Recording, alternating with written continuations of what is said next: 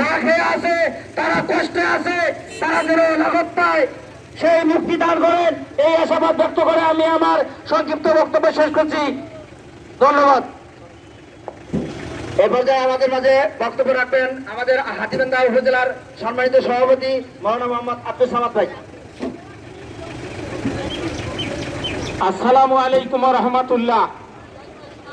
Islamic foundation মৌখিক কল্যাণ পরিষদ কর্তৃক আয়োজিত আজকের এই মানববন্ধন ও অবস্থান কর্মসূচিতে উপস্থিত সকলকে ধন্যবাদ জানিয়ে আমার বক্তব্য আমি শুরু করছি। আপনারা জানেন, আমরা গত 20 মার্চ পবিত্র রমজান মাসে আমাদের এই দাবি দাবার জন্য আমরা অবস্থান কর্মসূচি এবং মানববন্ধন করেছিলাম, কিন্তু আমরা হতাশায় ভুগছি। আপনারা জানেন, আমরা 5 মাস যাবত আমাদের কেন্দ্র চালিয়ে যাচ্ছি, আমাদের এটি ন্যায্য দাবি।